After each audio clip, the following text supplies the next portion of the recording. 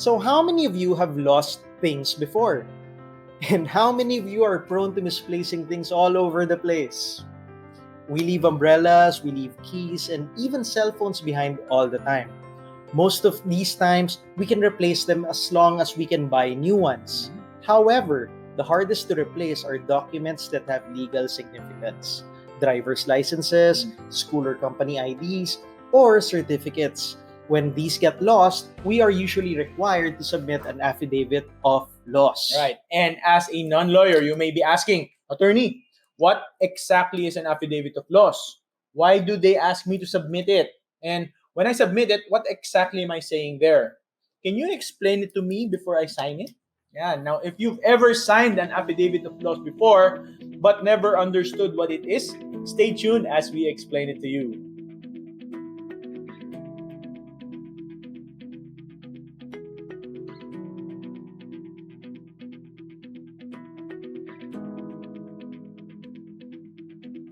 This episode is brought to you by Notary Not Included, a guide to the 7 most requested legal forms.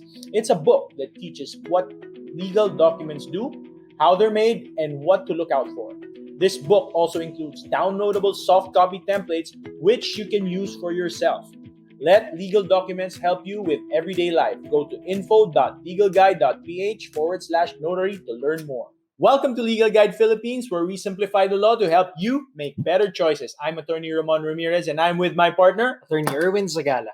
So today, we're talking about the Affidavit of Loss, one of the most common documents that lawyers are asked to draft. Isn't that right, Attorney Ramon? Super common. Yes.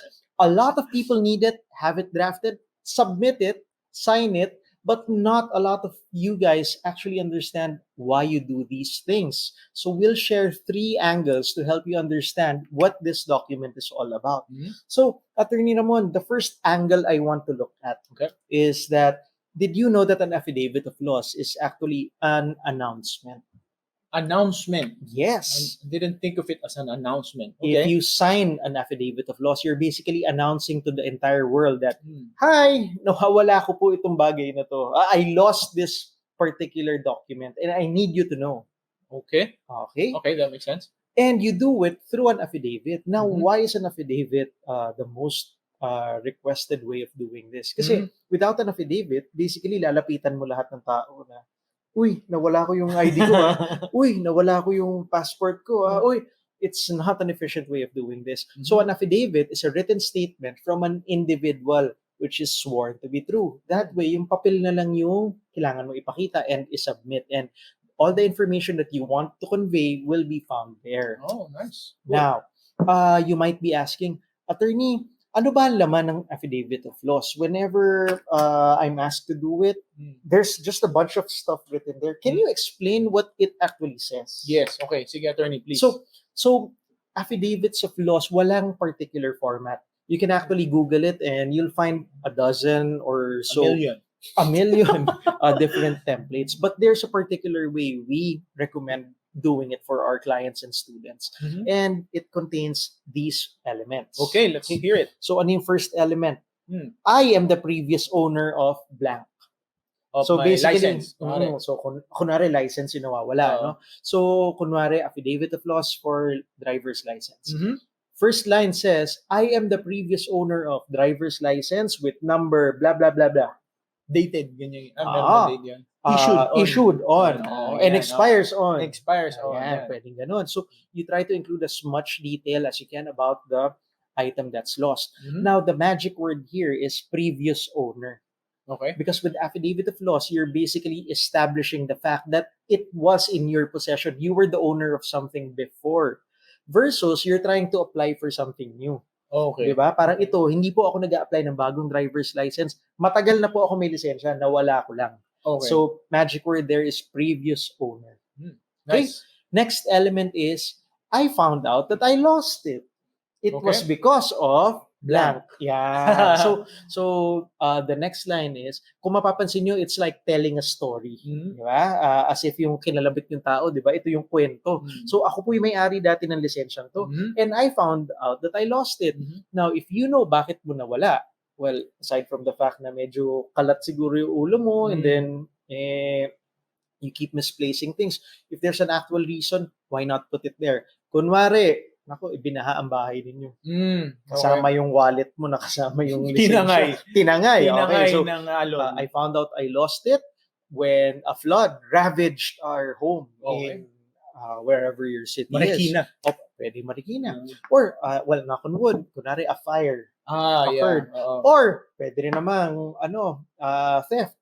Nadukutan ka, kasama yung driver's license sa wallet. Does it matter kung ano yung... It actually doesn't. Okay. But for some institutions, kasi the clearer they are as to the reason bakit nawala mo, the easier it will be for them to say, yes, tama nga, na dapat kang bigyan uli ng bago. Nice. Okay? So if you can justify it, go ahead. Is it required? Not really. Take it on a case-to-case basis, whether it will help your case. Third element is, I want to get a new one from blank. So, sino yung issuing authority? Kung kunwari, driver's license ang nawala, sino yung hinihingian mo? LTO. So. Okay. Kunwari, school ID yung nawala. Kanino ka hihingi or magre-request? Kay principal. Hindi naman siguro si principal yung magpiprint out noon. Principal's office or admin. Registrars. Company office. President's office. Malamang HR or security department. Whomever it is, it will be a good idea to put it down there para alam kagad ng mga tao kung sino ba yung kinakausap mo or pinipetisyon mo to give you a new ID.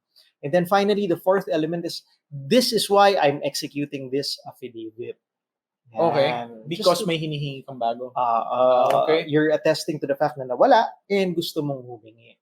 So those are the basic elements of how I draft affidavit of loss for students and clients. Simple, di ba? Kapag naiintindihan na ninyo. So I hope that makes it easier to understand and mas kampante na ngayon kayong pumirma kasi naiintindihan na ninyo what you guys are actually signing. Now, the second angle. So kanina, di ba? It's an announcement. Okay, clear. May ibang angulo naman. Ibang angulo. Affidavit of loss is actually a reason. It's a reason. Okay? Why? Reason para kanino? It's for the issuing authority. Dun sa mag-i-issue ng bago. Okay, like the LTO or the principal's office. Okay? Why? Kasi here's the general rule. All issuing authorities are only obligated to issue one copy of any document. Why? It's to preserve the integrity of that document. For example, school ID. Ba't kayo hihingi ng 7? Ilang ka ba? Di ba? Baka may 7 kang kapatid. Tipid sa tuition. So, I hope it makes sense na isa-isa lang talaga, 1:1. Kunwari, driver's license. Di ba? Sino i-issue? Kunwari, ikaw yung issuing authority. Sino i-issuehan mo? Yung nag-exam. Siyempre, di ba? So, yung pumasa lang ng exam, ang makakatanggap ng lisensya. That way, kung sino lang talaga yung qualified, yun lang ang may lisensya. Okay. Diba? Makes sense. Oo. Now, kapag nawala kasi yung ID, basically, you're going for an exception. General rule, 1:1, correct? Ang exception is, kapag nawala, you're trying to invoke an exception. Nakikiusap ka. So basically, kailangan bigyan mo ng grounds. Bakit papayag yung issuing authority na pumunta sa exception? Nabigyan ka ng pangalawa or pangatlong kopya. That's why you are submitting the affidavit of loss for them to have a reason to issue the second or duplicate copy to you. So, okay, that's clear, attorney. Pero why be all that strict in itong mga government? Bakit nag-iigpit?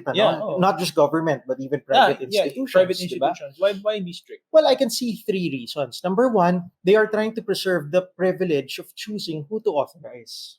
Kasi certain ID, certain documents carry benefits. Okay. And other privileges. Okay. Kunwari, yung ID na to. Pag meron ka nito, makaka-claim ka ng something. Or kunwari, it gives you access to somewhere. Kunwari, may parking. Diba? Na special lang for employees. Or, kunwari, may ayuda na special, diba? Or whatever it is. If you are the issuing authority, it would be in your interest to control sino yung may hawak at may access dito sa ID nito. Kasi it extends to benefits. Number 2, it will also allow you to hold authorized people accountable for how they use it. Okay. So kung kunwari, ID, gagamitin sa biometric.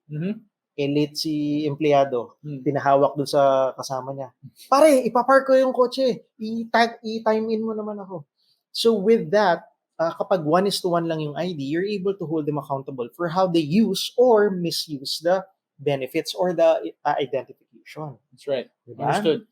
And then finally, you can control the issuances and hand out penalties for frequent loss or suspected misuse. Hmm? May iba kasing empleyado or estudyante. Medyo scatterbrain. Oh, On a monthly basis, nagre-request ng bagong ID. really? Oo, nawala. Hmm.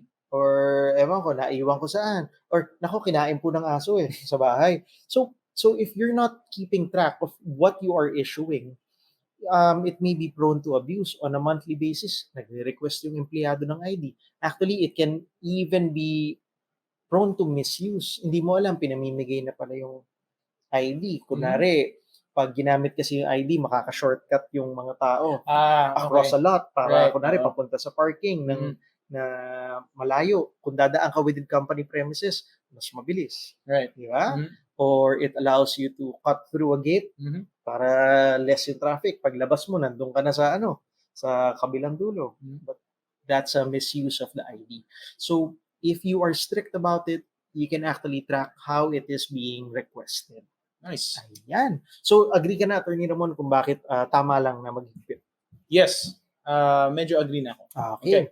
Now, the third angle that I want you to look at is, remember the first one, announcement. Next is, it gives a reason bakit ka dapat issuehan ng pangalawa. Right. Number 3, it's actually a guarantee. A guarantee? Yes. Why is it a guarantee? It's a guarantee given by you, the person signing. Okay. Remember, the affidavit of loss is notarized. And what does notarization do? We discussed this in our book, Notary Not Included. Notarization turns the document into a public document. Basically, everything you're saying there is under oath. And kapag under oath po, ladies and gentlemen, there are legal ramifications or consequences if you lie under oath. So, by notarizing your affidavit of loss, you are now legally responsible for what you said there. So, bakit pinapanotarize ang affidavit of loss? Basically, the issuing authority wants you to state under oath that, number 1, what you said is true. Totoong nawala yung ID. Di ba? Number 2, you are actually saying that issuing authority, yung una pong nawala, you can disregard that. Actually, kapag may gumamit niyan, hindi na po ako responsible doon. Kasi nga nawala. Baka may nakapulot or whatever, hindi na po ako yon. Ito pong bagong i-issue niyo sa akin, I will use this the way it was intended. Okay? And you can actually hold me responsible for how this new one will be used. Kasi I stated this under oath na nawala na yung luma. Nice. Does that make sense? Yes, absolutely, Attorney Erwin. Ayan. Okay. So, let's we talked about three basic things about a affidavit of loss. So let's do a recap. Attorney Erwin talked about the 3 ways of looking at it. No, the first is that it's an announcement. It's an announcement. Yes, hear ye. I lost something. And you talked also about the elements of what to put in that announcement. Of course, general elements. Yes. Kanya-kanyang diskarte yan. But that's what we recommend. Yes. Okay. So that's the first one. The second is that it is a reason. It is a reason, Nino. It's a reason for the issuing authority to either issue a new one, no, as a to have an exception for the rule, diba, of only issuing just one. Okay, I will give you an exception because you have submitted an affidavit of loss. In other words, bakit ka pagbibigyan? Yes, tama. Okay. Also, it is a guarantee because it is a notarized document, which means it's a public document and you took some sort of oath, no? And there are legal ramifications if you don't say the truth. In other words, nangangako ka. Totoo po ito. Totoo pong nawala ito. Tama. All right. Now, for most of you guys, this lesson was more than enough. And if it makes your life easier, then great. But there are those of you who will watch this and end up asking more questions, such as, Attorney, where can I get a template for the affidavit of loss? Tinatamad na ako mag-draft eh. Baka naman merong soft copy na lang na ipapaskill ko na lang yung pangalan ko. Or what about the other common documents, Attorney? Do you have resources about them? And where can I get them so that I can just save them in my computer for use in the future? Or, Attorney, what happens when I have these documents notarized? If that's you, then I invite you to check out the book, Notary Not Included, where we give out a crash course when dealing with legal documents here in the Philippines. We'll talk about the lawyer's secret to making good legal documents, the 3 biggest myths about legal documents, and the 3 rules we follow when drafting documents for clients. Plus, here's the most important thing. We give you a simplified template set of the 7 most requested documents that you can keep forever. Get the book now at info.legalguide.ph/notary today. Now, to add to that, if you want us to tackle your question in our show, go to www.legalguide.ph and click the Submit Topic button. Next, we'd like to know what's your biggest takeaway from today's video. So please write it down in the comments and let us talk about it.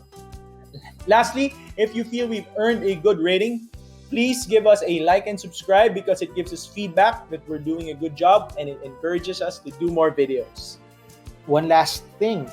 If you are asked to submit legal documents, it's always a good practice to understand why you are submitting them and why you are being asked to attest to them before you sign anything.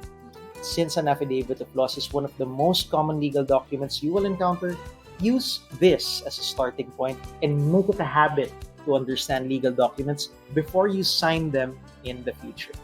So wasn't that simple? Now go make better choices.